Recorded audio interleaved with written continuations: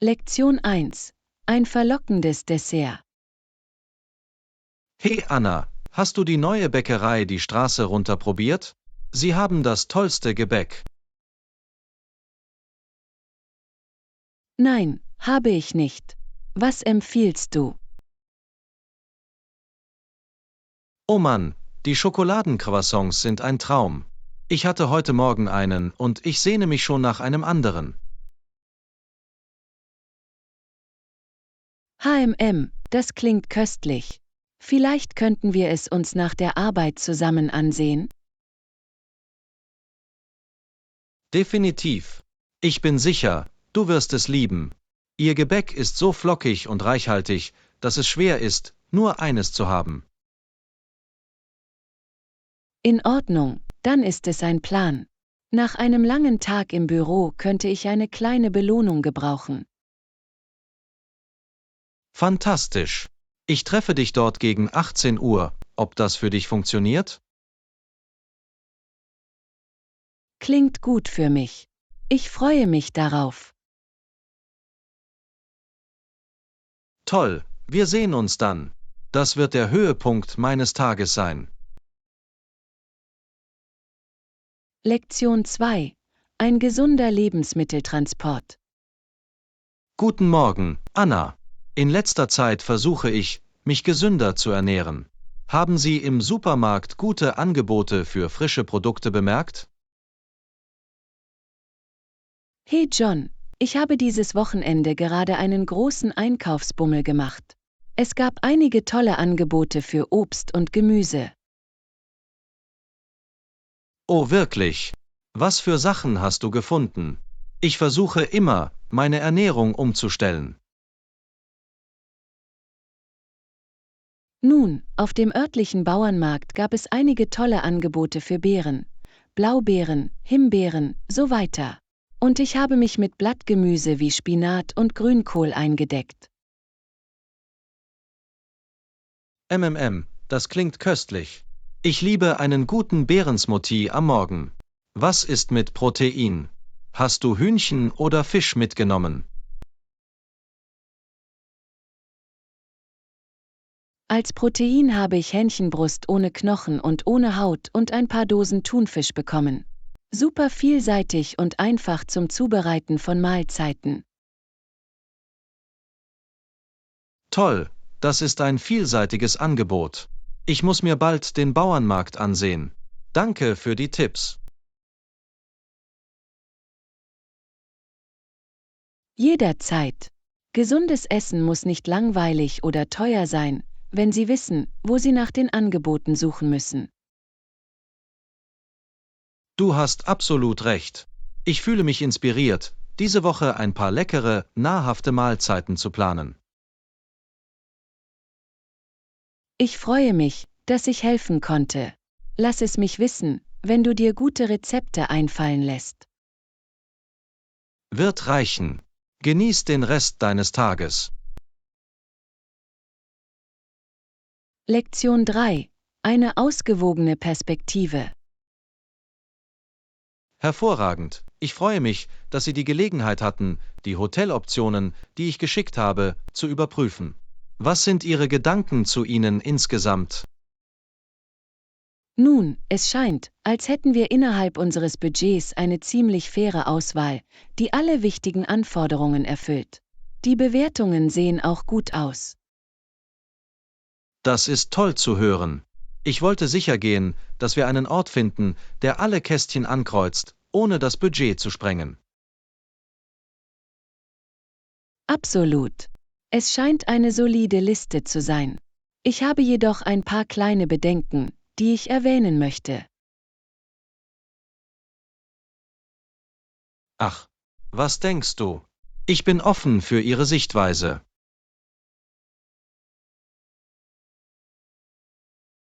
Nun, ein paar der Hotels sind etwas weiter von den Hauptattraktionen entfernt, als ich es idealerweise möchte.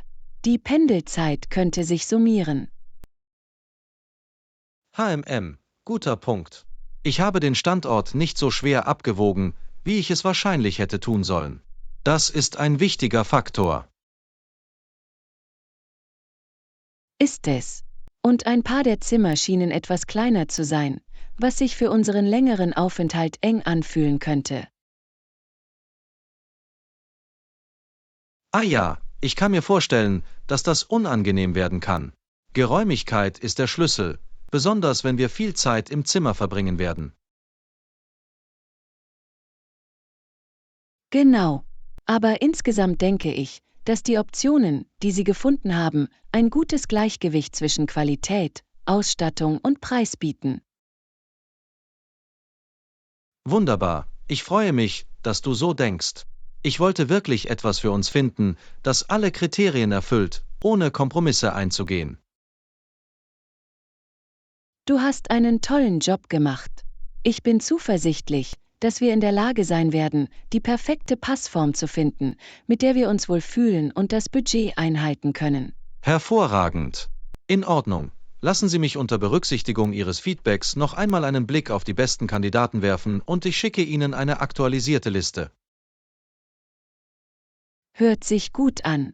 Ich werde gerne weiter darüber nachdenken, sobald Sie die Gelegenheit hatten, die Optionen zu verfeinern. Großartig. Ich weiß es zu schätzen, dass Sie sich die Zeit genommen haben, Ihren ehrlichen Beitrag zu leisten. Es ist so hilfreich, deine Perspektive zu verstehen. Natürlich. Ich freue mich, dass wir auf derselben Wellenlänge sind, wenn es darum geht, das richtige Gleichgewicht zu finden. Das wird eine tolle Reise. Ich könnte nicht mehr zustimmen. In Ordnung. Lassen Sie mich an die Arbeit gehen, um unsere Hoteloptionen zu verfeinern. Bis bald. Lektion 4. Diskussion eines Geschäftsvorschlags.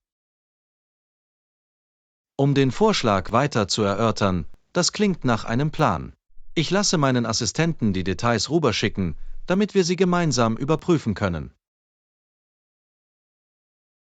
Wunderbar. Ich weiß es zu schätzen, dass Sie sich die Zeit genommen haben, dies genauer zu besprechen.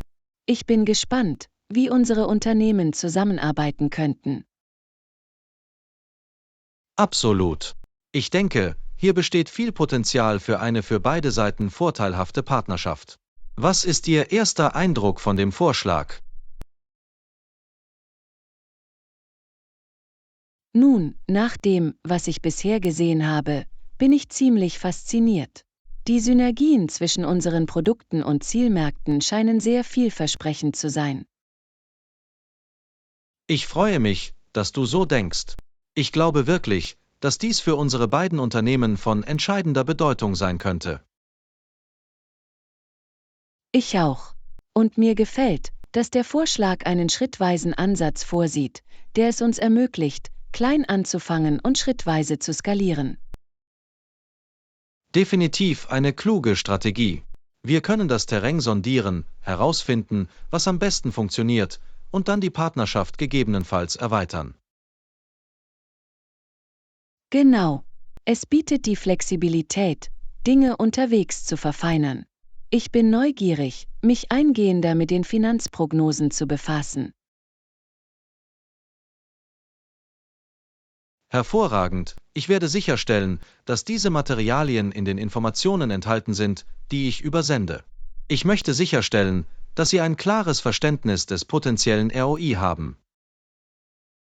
Wunderbar, ich freue mich darauf, diese Details zu überprüfen. Und bitte lassen Sie mich wissen, ob Sie von unserer Seite noch etwas benötigen, um diese Diskussion zu erleichtern. Wird reichen. Ich schätze Ihren Enthusiasmus und Ihre Bereitschaft, diese Gelegenheit zu nutzen. Ich denke, es könnte der Beginn von etwas ganz Besonderem sein. Ich stimme voll und ganz zu. Das fühlt sich nach einer großartigen strategischen Ergänzung an, und ich bin gespannt, wohin das führen könnte. Fantastisch. In Ordnung. Ich gebe Ihnen diese Informationen so schnell wie möglich und wir können einen Anruf vereinbaren, um weitere Informationen zu besprechen. Klingt perfekt. Ich halte Ausschau nach den Materialien, und wir können planen, uns später in dieser Woche zu verbinden. Toll, dann ist es ein Date. Ich freue mich darauf, dieses Gespräch fortzusetzen und zu sehen, wie wir diese Partnerschaft zum Leben erwecken können. Ebenso, John. Das war eine sehr produktive Diskussion, und ich bin zuversichtlich, dass wir auf dem richtigen Weg sind. Wunderbar. In Ordnung, ich melde mich in Kürze. Freue mich auf unseren nächsten Chat.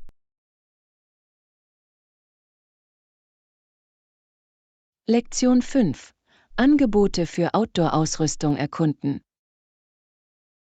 Wissen Sie, wenn wir uns Outdoor-Ausrüstung ansehen, können wir die Einzelhändler fragen, ob sie vielleicht Sonderangebote für Outdoor-Enthusiasten wie uns haben.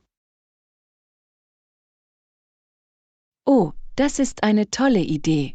Einzelhändler sind oft bestrebt, Kunden anzulocken, insbesondere für teure Artikel wie Camping- und Wanderausrüstung. Genau. Möglicherweise bieten sie saisonale Angebote, Paketangebote oder sogar Treueprogramme an, die uns helfen könnten, etwas Geld für das Nötigste zu sparen. Ich liebe diese Strategie. Jedes bisschen Ersparnisse hilft, wenn Sie sich für all diese Outdoor-Abenteuer ausrüsten. Absolut. Und wer weiß, vielleicht bieten sie sogar kostenloses Zubehör oder Upgrades an, wenn wir unsere Einkäufe genau zum richtigen Zeitpunkt durchführen. HMM, das wäre unglaublich. Ich stelle mir einen neuen Rucksack mit kostenlosem Trinksystem vor oder etwas ähnlich Praktisches. Wäre das nicht fantastisch? Wir sollten uns auf jeden Fall nach Sonderaktionen oder Treueprogrammen erkundigen, die sie anbieten. Definitiv. Und ich wette, wenn wir den richtigen Zeitpunkt haben, könnten wir tolle Angebote für Dinge wie Zelte, Schlafsäcke und Wanderschuhe finden. Guter Punkt. Der Wechsel der Jahreszeiten ist oft der Zeitpunkt, an dem Einzelhändler versuchen, ihr Inventar zu leeren. Genau. Wir könnten uns also möglicherweise erstklassige Ausrüstung zu stark reduzierten Preisen schnappen.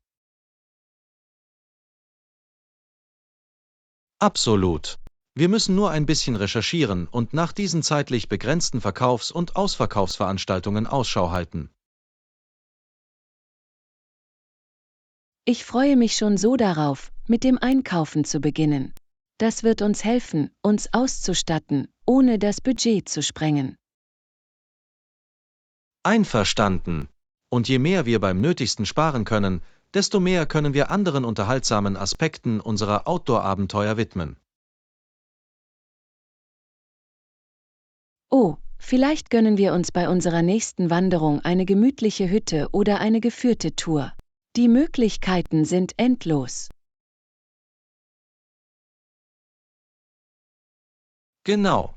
Mit ein wenig strategischem Einkaufen können wir unser Budget maximieren und unsere Outdoor-Erlebnisse wirklich auf die nächste Stufe heben.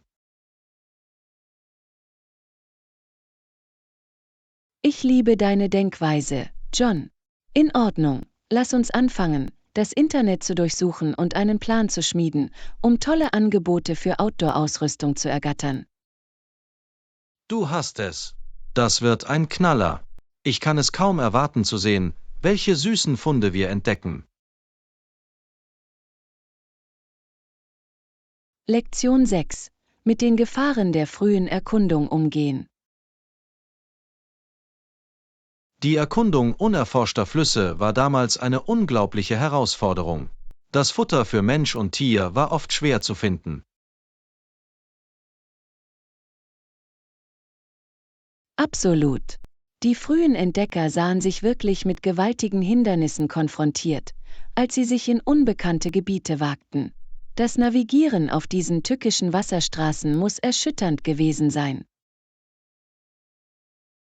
Du hast recht. Stellen Sie sich vor, Sie wären der Erste, der einen Fluss hinunterfährt, ohne zu wissen, welche Gefahren hinter der nächsten Kurve lauern könnten. Exakt. Versenkte Felsen, schnelle Strömungen, sogar unbekannte Wasserfälle, die Gefahren müssen allgegenwärtig und nervenaufreibend gewesen sein. Definitiv. Und mit begrenzten Lebensmittelvorräten waren sie immer nur einen schlechten Tag vom möglichen Hungertod entfernt. Das ist ein erschreckender Gedanke. Jeden Bissen rationieren zu müssen, ohne zu wissen, wann die nächste Mahlzeit kommen könnte. Es ist ein Wunder, dass sie nicht öfter zurückgekehrt sind. Bloße Entschlossenheit und ein unerschütterlicher Entdeckergeist müssen sie angetrieben haben. Die Verlockung der Entdeckung war eindeutig unglaublich mächtig. Absolut. Das Versprechen, unerforschte Gebiete zu kartografieren und neue Horizonte zu entdecken, muss sie mit Sinn und Abenteuer erfüllt haben. Genau. Selbst angesichts solch gewaltiger Herausforderungen überwogen ihr Wissensdurst und ihre Entschlossenheit, die Grenzen der bekannten Welt zu überschreiten. Es ist wirklich beeindruckend, wenn man darüber nachdenkt. Der Mut und die Widerstandsfähigkeit dieser frühen Pioniere sind wirklich bemerkenswert. Einverstanden. Wir haben ihrem unerschrockenen Entdeckergeist so viel zu verdanken. Es ebnete den Weg für so viel von der Welt, die wir heute kennen. Absolut. Ihr Erbe lebt weiter und inspiriert zukünftige Generationen dazu, die Geheimnisse und Wunder unseres Planeten weiter zu entdecken. Ich hätte es selbst nicht besser sagen können. Diese frühen Entdecker legten wirklich den Grundstein für moderne Abenteurer und Abenteurer. Definitiv. Ihre Geschichten erinnern eindringlich an die menschliche Fähigkeit zu Mut, Neugier und unerschütterlicher Entschlossenheit. Gut gesagt. Gut, wollen wir uns noch ein paar Geschichten über frühe Erkundungen ansehen? Offensichtlich gibt es so viel zu lernen und zu schätzen. Unbedingt. Ich freue mich darauf, die faszinierenden Geschichten und Herausforderungen dieser wegweisenden Entdecker weiter zu enträtseln. Wunderbar. Das wird eine spannende und aufschlussreiche Reise. Ich kann es kaum erwarten zu sehen, welche anderen Geschichten wir aufdecken. Lektion 7. Die Kunst des Flohhandels beherrschen. Warst du schon einmal auf einem Flohmarkt? Es ist, wenn Hausbesitzer all die Dinge herausnehmen, die sie nicht wollen, und sie vor ihrem Haus arrangieren, normalerweise mit Preisschildern. Oh ja, Flohmärkte können so unterhaltsame Schatzsuchen sein. Ich liebe es, in all den einzigartigen Gegenständen zu stöbern, die die Leute nach einem neuen Zuhause suchen. Definitiv. Man weiß nie, auf welche Art von versteckten Juwel man stoßen könnte. Und die Preise sind normalerweise so vernünftig. Absolut. Es ist eine großartige Möglichkeit, fantastische Angebote für gebrauchte Haushaltswaren, Kleidung, Möbel oder sogar Antiquitäten zu erhalten. Genau. Und das Beste daran ist, dass sie direkt mit den Verkäufern interagieren, Preise aushandeln und möglicherweise echte Schnäppchen entdecken können. Definitiv. Das Hin- und Her-Feilschen kann der halbe Spaß sein. Sie müssen auf jeden Fall Ihr Verhandlungsgeschick verbessern. Haha ja, es ist wie ein kleines Spiel. Aber die Verkäufer erwarten normalerweise ein bisschen freundschaftliches Verhandeln, also ist das alles Teil des Erlebnisses. Vollkommen. Und manchmal findet man sogar brandneue Artikel, die die Leute nur schnell ausräumen wollen. Absolut. Der Flohmarkt ist der perfekte Ort, um nach diesen einzigartigen, stark reduzierten Funden zu suchen. Ich weiß. Ich bin auf diese Weise auf einige wirklich einzigartige Vintage-Stücke gestoßen.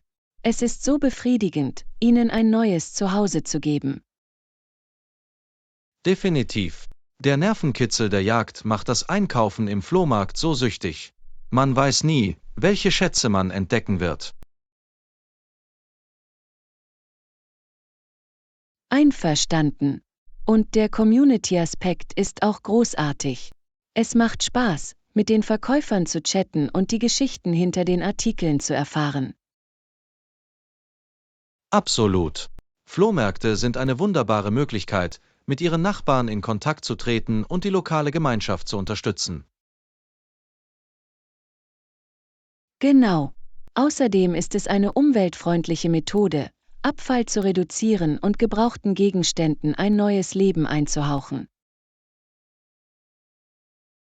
So ein guter Punkt. Flohmärkte helfen dabei, einwandfreie Sachen von Mülldeponien fernzuhalten, was so wichtig ist. Vollkommen. In Ordnung. Ich bin bereit, dieses Wochenende mit der Suche nach einigen Flohmärkten zu beginnen. Wo sollen wir mit unserer Schatzsuche beginnen? Oh, tolle Idee. Ich habe mir ein paar Viertel angesehen, die für ihre tollen Flohverkäufe bekannt sind. Lassen Sie uns einen Spielplan ausarbeiten. Klingt perfekt. Das wird so viel Spaß machen. Ich kann es kaum erwarten zu sehen, welche versteckten Juwelen wir entdecken. Ich auch nicht. In Ordnung, lass uns das machen. Abenteuer beim Flohmarkt, wir kommen. Lektion 8. Vorbereitung auf ein Solo-Roadtrip-Abenteuer. Klingt so, als ob du gut auf deinen Solo-Roadtrip vorbereitet bist. Ich bin sicher, du wirst eine tolle Zeit haben. Danke, John. Ich freue mich sehr, aber ich gebe zu, dass ich auch etwas nervös bin. Es hat einfach etwas, alleine auf offene Straße zu gehen. Das verstehe ich vollkommen. Alleinreisen können aufregend sein, aber es erfordert einige zusätzliche Planung und Vorbereitung. Absolut. Deshalb habe ich meine Route akribisch geplant, Unterkünfte gebucht und dafür gesorgt, dass mein Auto bereit für einen Roadtrip ist. Kluger Schachzug. Wenn Sie all die Logistik im Griff haben, haben Sie mehr Freiheit, sich einfach zu entspannen und die Reise zu genießen. Genau. Und ich habe sogar einige tolle Playlisten und Hörbücher heruntergeladen, um mich unterwegs zu unterhalten. Oh, nett. Musik und Podcasts sind perfekt für die langen Abschnitte der offenen Autobahn. Verliere dich nur nicht zu sehr in ihnen, dass du die Landschaft verpasst. Haha, guter Punkt. Ich werde auf jeden Fall auch anhalten und die Aussicht genießen. Ich möchte wirklich die ganze Schönheit der Landschaft genießen. Definitiv. Das ist einer der besten Teile eines Solo-Roadtrips. Sie können anhalten, wann und wo immer Sie wollen. Absolut. Keine Kompromisse oder die Einhaltung eines starren Zeitplans. Ich kann mich einfach treiben lassen und mich von der offenen Straße leiten lassen. Genau. Und du weißt nie, auf welche versteckten Juwelen oder unerwarteten Abenteuer du stoßen könntest. Ich weiß, ich freue mich so über die Spontanität des Ganzen. Vielleicht finde ich unterwegs sogar ein paar neue Freunde. Ich liebe diese positive Einstellung. Offen für Verbindungen zu sein, ist der Schlüssel zu einer wirklich unvergesslichen Soloreise. Definitiv. Ich bin bereit, die Freiheit und den Nervenkitzel dieses Roadtrip-Abenteuers zu genießen. Das ist der Geist. Ich habe keinen Zweifel, dass du eine absolut tolle Zeit haben wirst.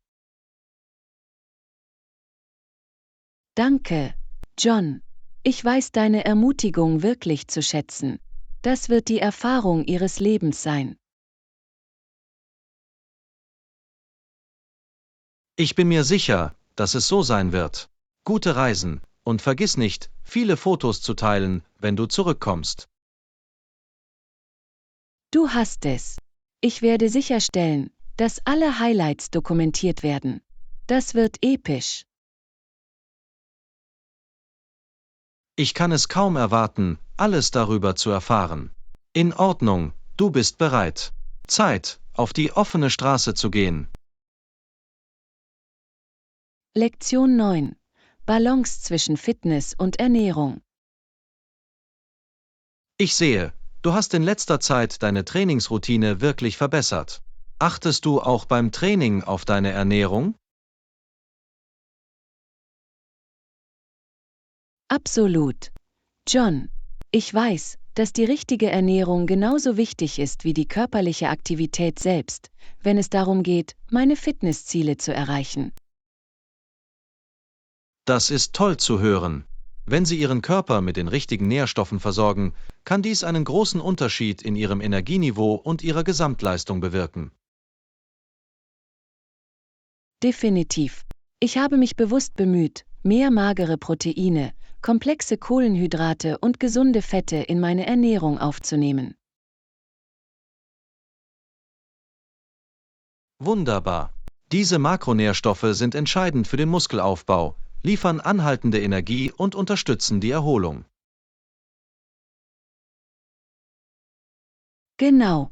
Und ich habe auch versucht, auf meine Aufnahme von Mikronährstoffen zu achten, Dinge wie Vitamine, Mineralien und Antioxidantien. Exzellente Strategie. Mikronährstoffe spielen in allem eine wichtige Rolle, von der Immunfunktion bis zur Knochengesundheit. Absolut. Ich habe darauf geachtet, viel frisches Obst und Gemüse zu mir zu nehmen und bei Bedarf Nahrungsergänzungsmittel einzubauen. Kluger Schachzug. Eine Nahrungsergänzung kann sehr hilfreich sein, um potenzielle Nährstofflücken zu schließen, insbesondere bei einem geschäftigen Lebensstil. Definitiv. Und ich habe auch genau auf meinen Flüssigkeitsgehalt geachtet. Bei intensiven Trainingseinheiten ist es wichtig, richtig hydratisiert zu bleiben. Stimme voll und ganz zu. Die richtige Flüssigkeitszufuhr wird oft übersehen, aber sie ist so wichtig für eine optimale körperliche Leistungsfähigkeit und Erholung. Genau. Ich habe überall eine Wasserflasche dabei und darauf geachtet, den ganzen Tag über regelmäßig etwas zu trinken. Das ist fantastisch. Es geht darum, gesunde Gewohnheiten zu entwickeln, die zur zweiten Natur werden. Klingt so, als hättest du deine Ernährung wirklich angepasst.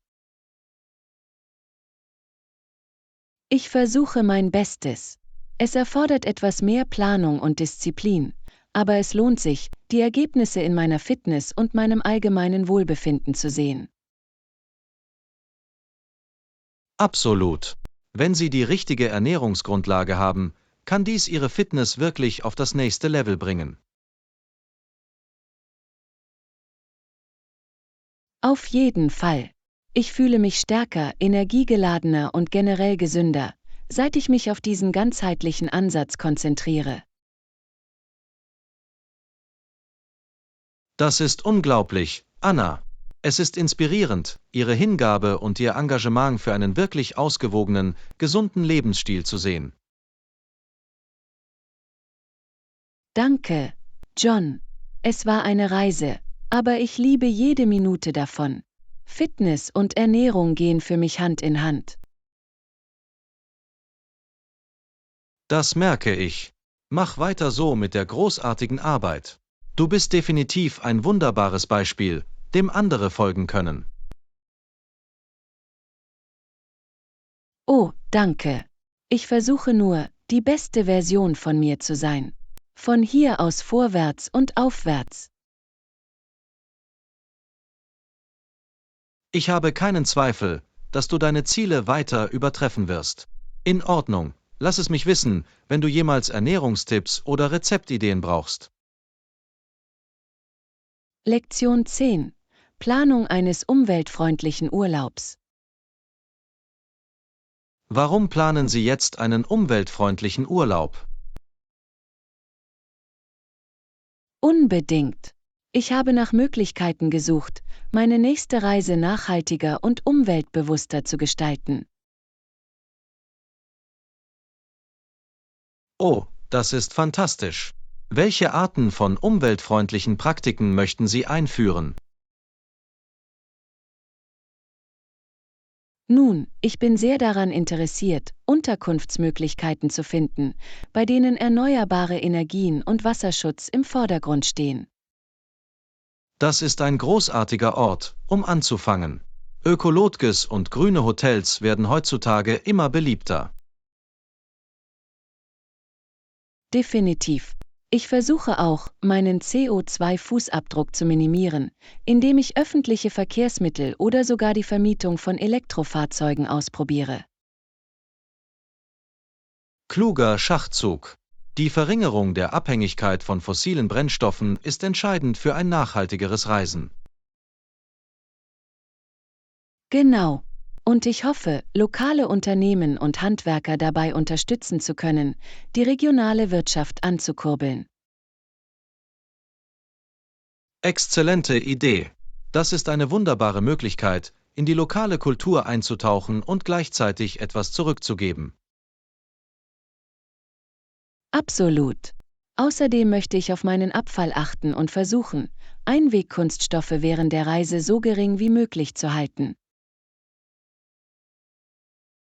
Das ist eine wirklich wichtige Überlegung. Verantwortungsvolles Abfallmanagement ist der Schlüssel zu umweltfreundlichem Reisen. Definitiv. Ich habe sogar nach CO2-Kompensationsprogrammen gesucht, um die Emissionen meiner Flüge auszugleichen. Wow, das ist unglaublich durchdacht. Es ist toll zu sehen, dass Sie einen so ganzheitlichen Ansatz für nachhaltiges Reisen verfolgen. Danke. Ich finde es einfach so wichtig, dass wir uns unserer Auswirkungen auf die Umwelt bewusst sind, auch wenn wir neue Orte erkunden. Stimme voll und ganz zu. Jedes bisschen macht einen Unterschied, und es ist ein wunderbares Beispiel für andere. Absolut. Ich freue mich sehr, all diese umweltfreundlichen Praktiken auf meiner bevorstehenden Reise in die Tat umzusetzen. Das ist fantastisch. Ich bin mir sicher, dass du ein fantastisches Abenteuer ohne Schuldgefühle erleben wirst, das sowohl dir als auch dem Planeten gut tut. Danke, John. Ich kann es kaum erwarten, dir alle Details mitzuteilen, wenn ich zurückkomme. Das wird eine transformative Erfahrung sein. Ich bin mir sicher, dass es so sein wird. Ich wünsche Ihnen alles Gute für Ihren umweltfreundlichen Urlaub. Genieße jeden Moment. Vielen Dank. Ich werde auf jeden Fall alles aufsaugen. In Ordnung, Zeit, die letzten Details zu klären, bevor ich mich auf den Weg mache. Wunderbar. Gute Reisen, Anna. Ich kann es kaum erwarten, alles über dein nachhaltiges Abenteuer zu erfahren. Lektion 11. Einführung in einen abfallfreien Lebensstil. Sie setzen sich wirklich für einen abfallfreien Lebensstil ein, nicht wahr? Unbedingt. Ich versuche in meinem täglichen Leben Abfall zu reduzieren und so viel wie möglich zu recyceln. Das ist so bewundernswert. Was sind einige der spezifischen Schritte, die Sie ergriffen haben, um Ihre Umweltbelastung zu minimieren?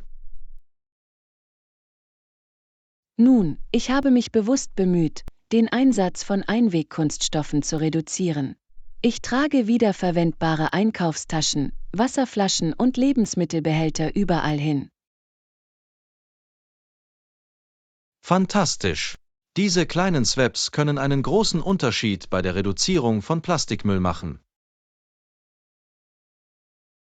Genau. Und ich habe auch versucht, meine Mahlzeiten zu planen und nur das zu kaufen, was ich brauche, um Lebensmittelverschwendung zu vermeiden. Kluger Schachzug.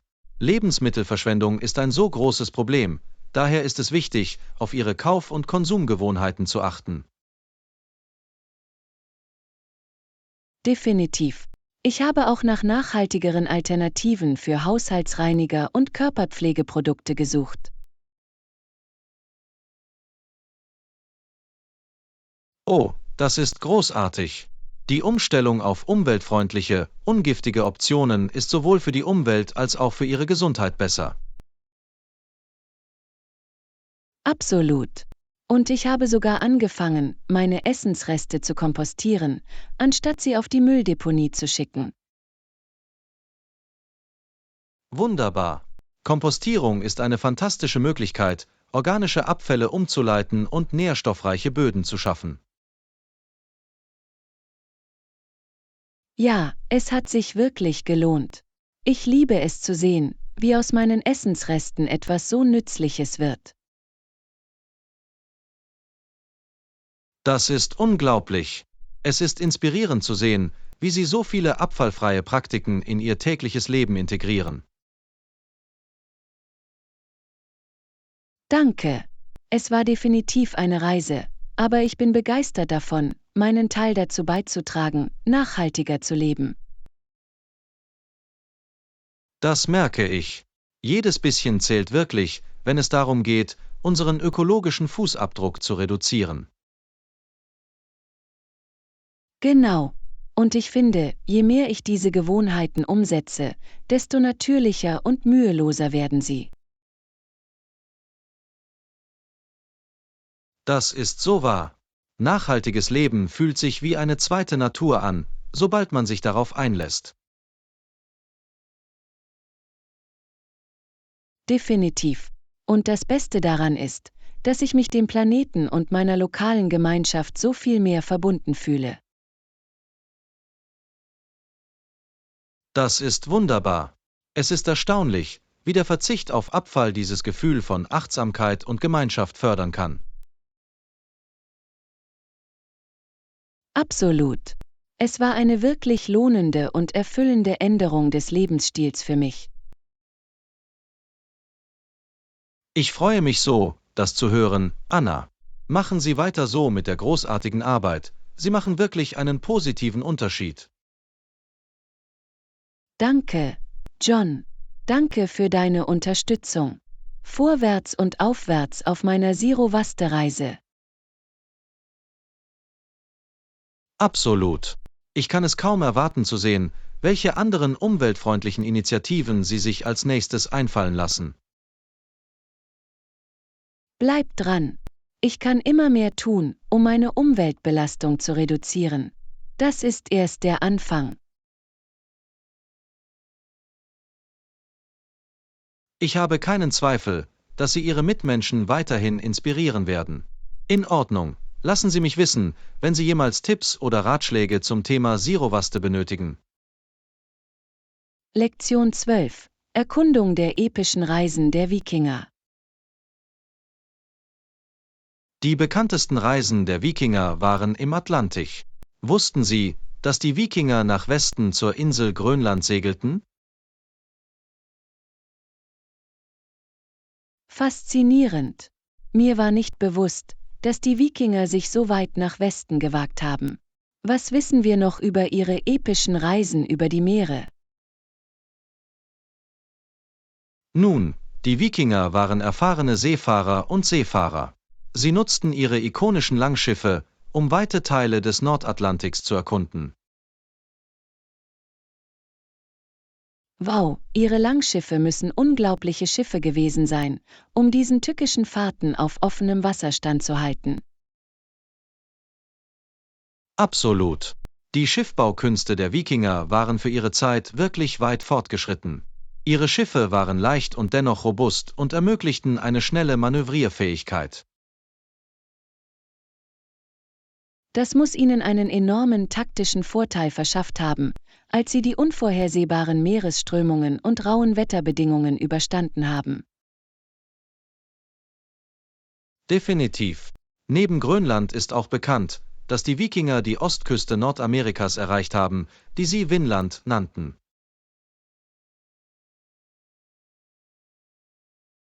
Vinland. Das ist so ein faszinierender Name. Ich frage mich, was sie zu dieser Entdeckung geführt hat.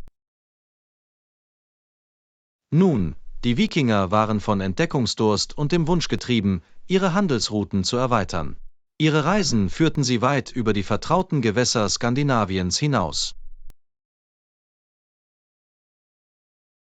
Das ist wirklich faszinierend. Was wissen wir über ihre Interaktionen mit den indigenen Völkern, denen sie in Vinland begegnet sind? Aus den historischen Aufzeichnungen geht hervor, dass die Wikinger sowohl friedliche als auch feindliche Begegnungen mit der einheimischen Bevölkerung, den Skrælings, hatten. Ich verstehe. Begegnungen zwischen europäischen Entdeckern und indigenen Gemeinschaften hatten damals oft eine komplexe und herausfordernde Dynamik. Du hast absolut recht. Das Erbe der Wikinger ist eine komplexe Mischung aus beeindruckenden Leistungen der Meeresforschung und problematischen Interaktionen mit der lokalen Bevölkerung. Es ist ein wichtiger Teil der Geschichte, den es zu verstehen gilt, mit allen Warzen und allem. Die Wikinger waren wahrlich wegweisende Seefahrer, auch wenn ihre Methoden nicht immer ethisch waren. Gut gesagt.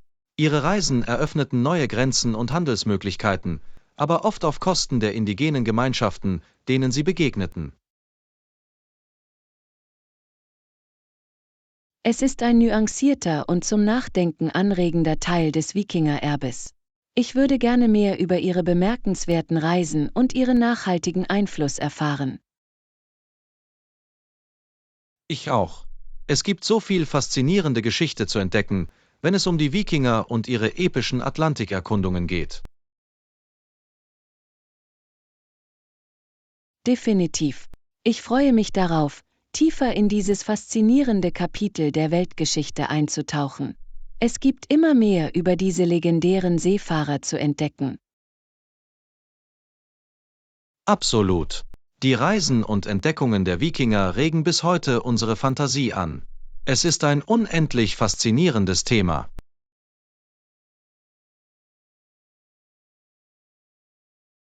Ich könnte nicht mehr zustimmen. In Ordnung, ich bin bereit, die Segel zu setzen und mein eigenes, von den Wikingern inspiriertes Abenteuer zu beginnen. Bildlich gesprochen natürlich. Haha, ich liebe es. Stell nur sicher, dass du das Langschiff zu Hause lässt. Das moderne Reisen hat seine eigenen Vorteile und Herausforderungen. Haha, Punkt verstanden.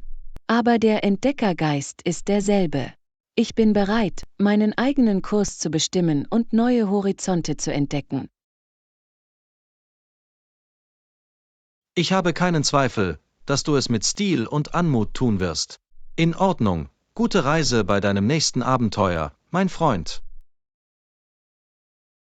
Lektion 13. Die Freuden der Vogelbeobachtung. Vögel und Spaziergänge in der Natur geben mir immer das Gefühl, geerdet zu sein. Es ist eine wunderbare Flucht vor der Hektik des Alltags. Ich stimme vollkommen zu, John. Es ist so beruhigend und erholsam, die Natur um uns herum zu beobachten. Definitiv. Ich finde, dass besonders Vogelbeobachtung mich verlangsamt und meine Sinne schärft.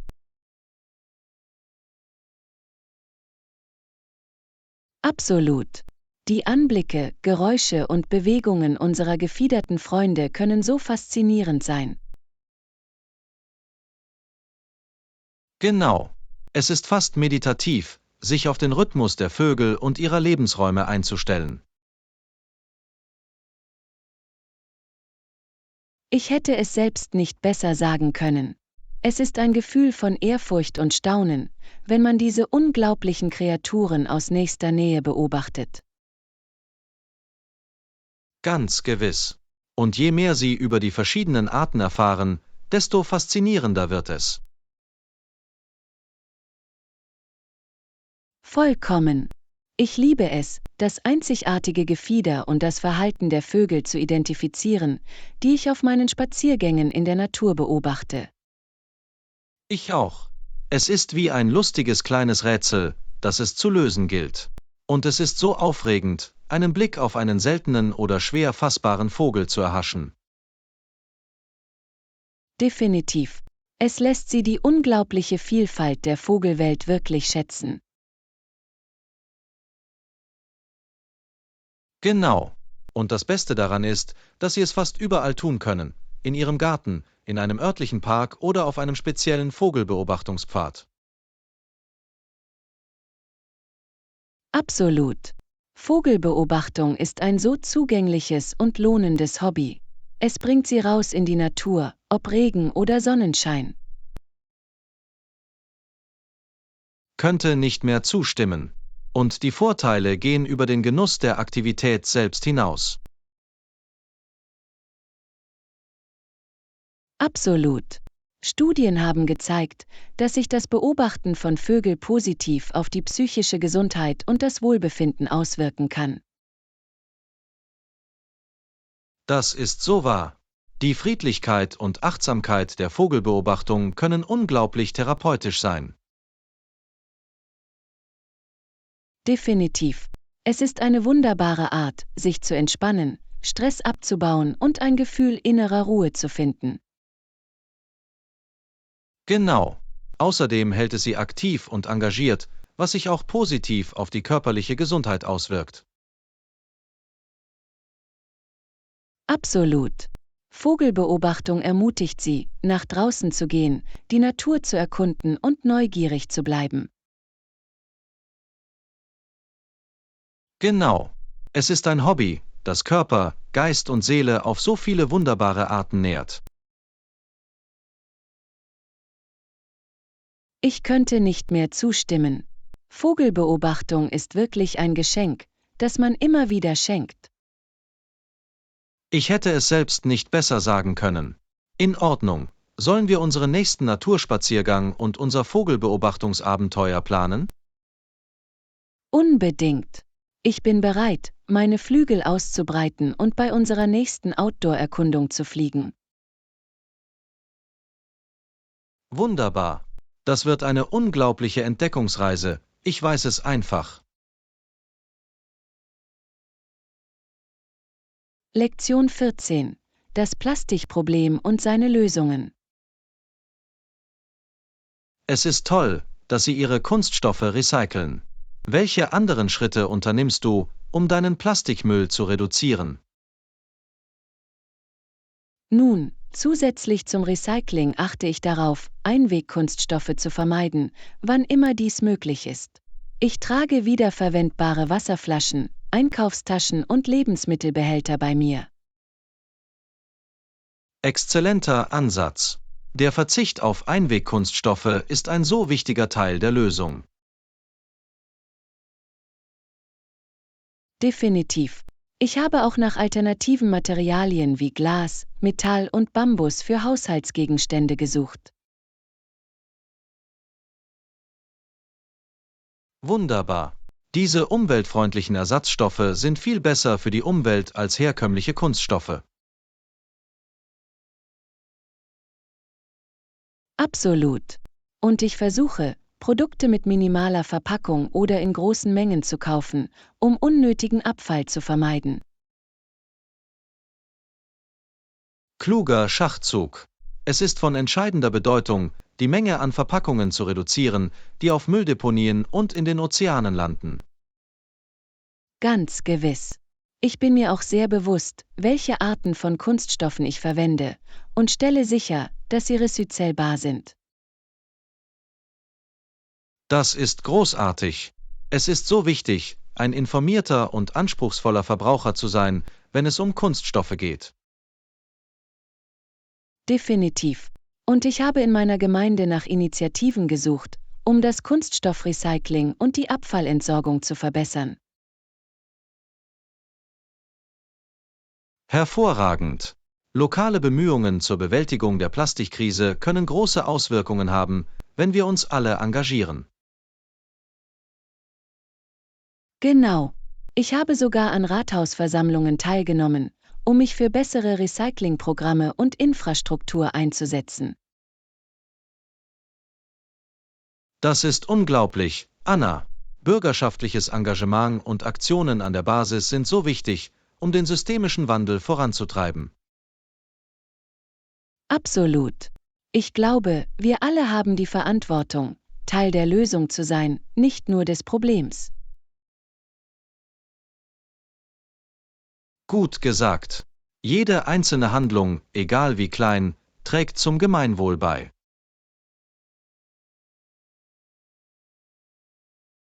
Definitiv.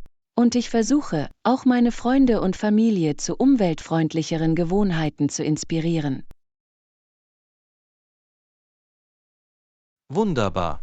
Mit gutem Beispiel voranzugehen und Bewusstsein zu verbreiten, ist ein so wichtiger Teil der Gleichung. Genau. Das Plastikproblem kann sich überwältigend anfühlen. Aber ich glaube, wenn wir alle unseren Teil dazu beitragen, können wir einen echten Unterschied machen. Ich könnte nicht mehr zustimmen. Ihr Engagement und Ihr Engagement für die Reduzierung von Plastikmüll sind wirklich inspirierend. Danke, John. Ich versuche nur, meinen Beitrag zu einer nachhaltigeren Zukunft zu leisten. Jeder kleine Schritt zählt. Absolut. Macht weiter so mit der tollen Arbeit. Ich freue mich, Sie auf dieser wichtigen Reise auf jede erdenkliche Weise zu unterstützen. Das weiß ich zu schätzen, John. Es ist toll, Verbündete im Kampf gegen die Plastikverschmutzung zu haben. Zusammen können wir echte Veränderungen bewirken. Absolut. In Ordnung. Lassen Sie mich wissen, wenn Sie jemals an Initiativen oder Gemeinschaftsprojekten ohne Plastik zusammenarbeiten möchten. Werde ich tun. Ich suche immer nach neuen Wegen, mich zu engagieren und etwas zu bewirken. Das ist eine Sache, die mir sehr am Herzen liegt. Das merke ich. Ihre Leidenschaft und Ihr Engagement sind wirklich inspirierend. In Ordnung. Lasst uns weiter darüber diskutieren, wie wir das Plastikproblem angehen können.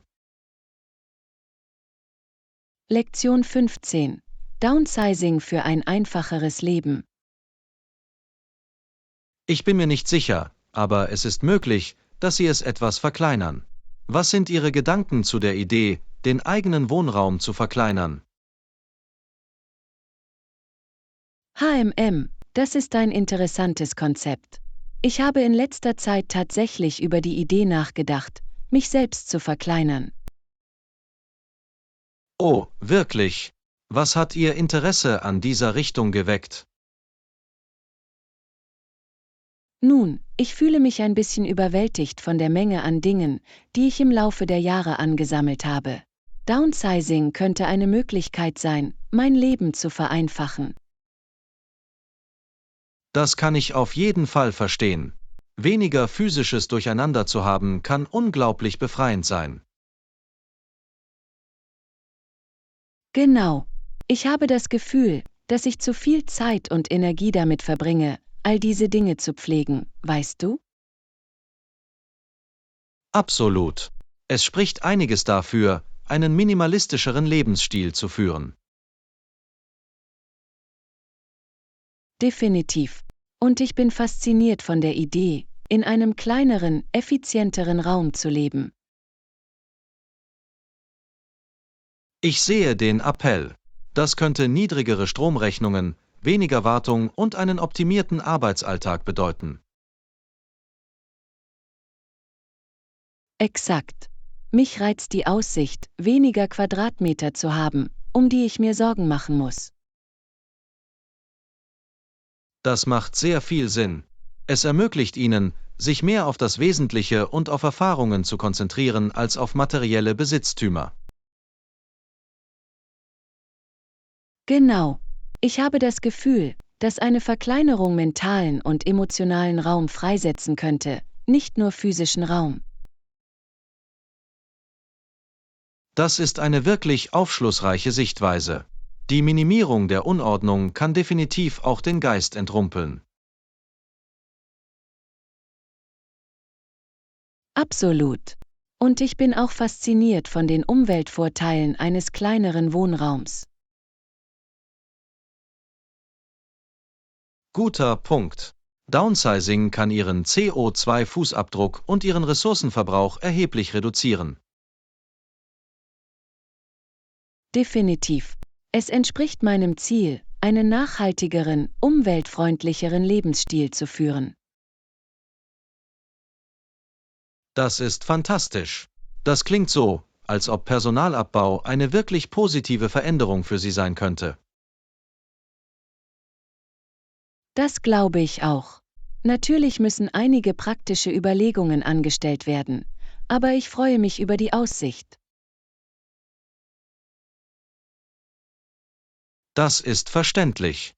Der Übergang zu einem kleineren Wohnraum ist nicht immer einfach. In der Tat. Aber ich bin bereit, die Arbeit zu investieren, um das zu erreichen. In dieser Phase meines Lebens fühlt es sich einfach wie der richtige Schritt für mich an.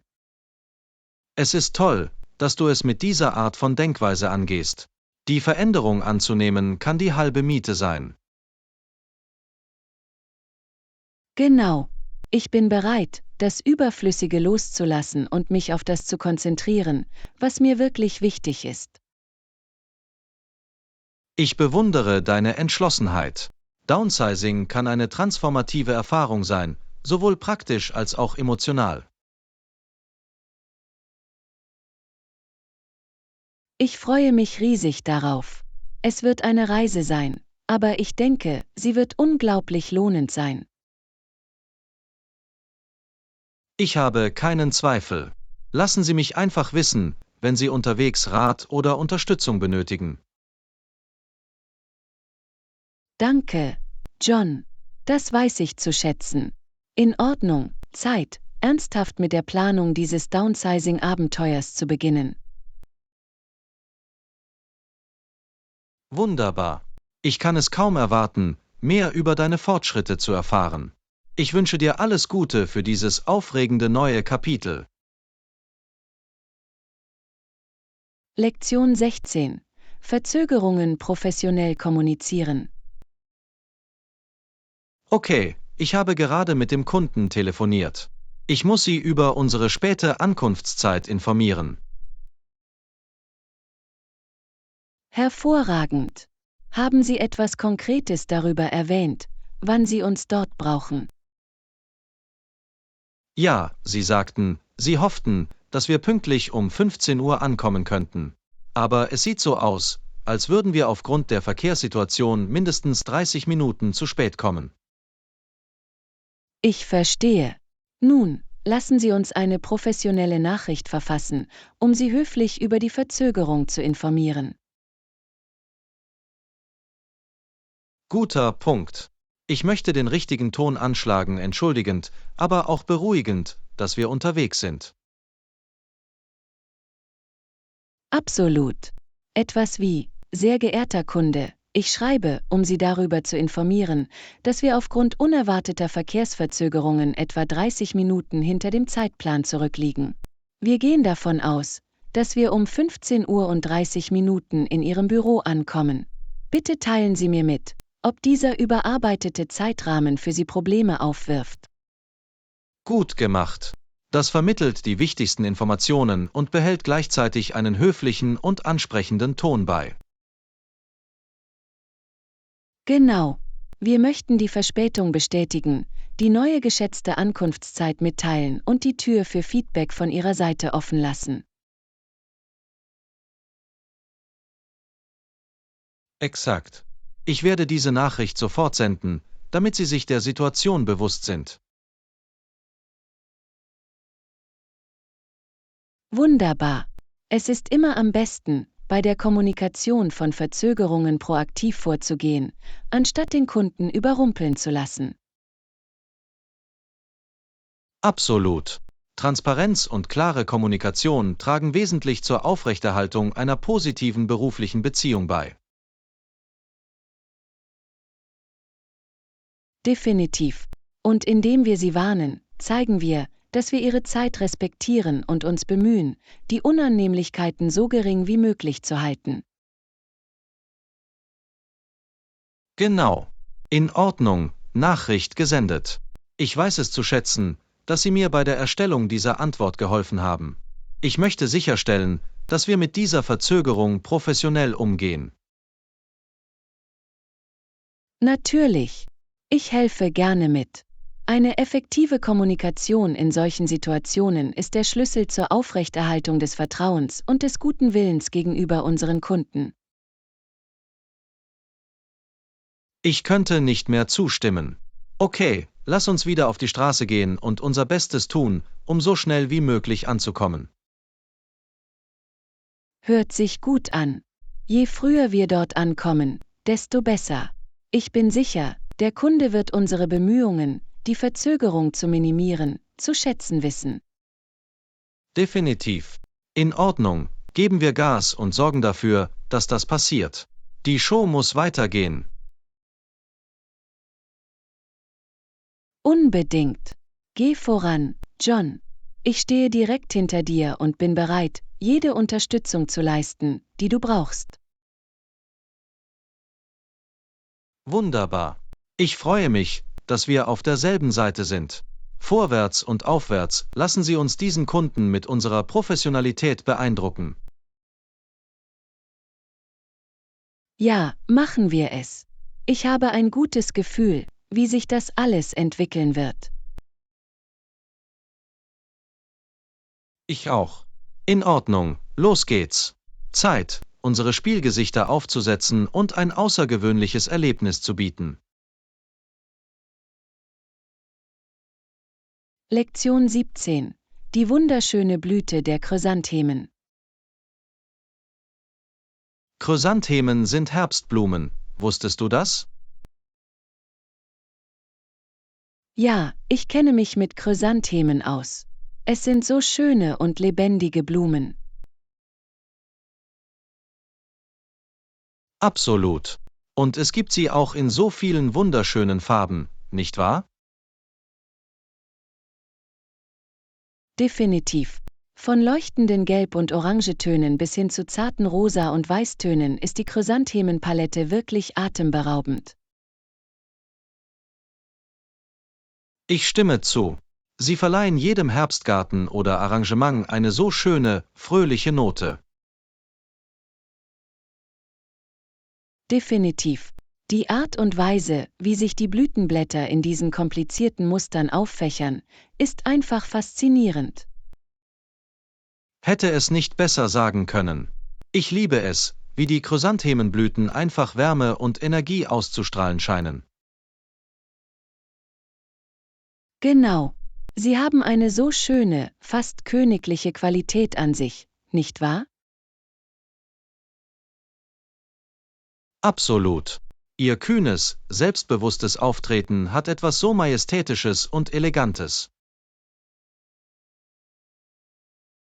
Ja, und die Vielfalt der Blütenformen und Größen ist einfach bemerkenswert. Von den klassischen Gänseblümchen-ähnlichen Formen bis hin zu den atemberaubenden Pompons mit Rüschen. Absolut. Chrysanthemen zeigen wirklich die unglaubliche Vielfalt innerhalb einer einzigen Blumenart. Definitiv. Ihre Vielseitigkeit ist Teil dessen, was sie zu einem so beliebten Herbstfavoriten macht. Einverstanden. Und sie haben auch eine so lange, reiche Geschichte, nicht wahr? Ich glaube, sie haben ihren Ursprung in Asien. Das ist richtig. Chrysanthemen werden seit Jahrhunderten an Orten wie China und Japan kultiviert und verehrt. Faszinierend. Ich würde gerne mehr über die kulturelle Bedeutung erfahren, die sie in diesen alten Traditionen haben. Das Gleiche hier. Mich fasziniert immer die tiefere Symbolik und Bedeutung, die hinter bestimmten Blumen und Pflanzen steckt. Definitiv. In den Geschichten unserer Lieblingsblüten steckt oft so viel reiche Geschichte und Tradition. Absolut. Die Chrysantheme ist eine so vielschichtige Blume, sowohl in ihrer körperlichen Schönheit als auch in ihrem kulturellen Erbe. Gut gesagt. Kein Wunder, dass sie als so beliebte und ikonische Herbstblume überlebt haben. Definitiv.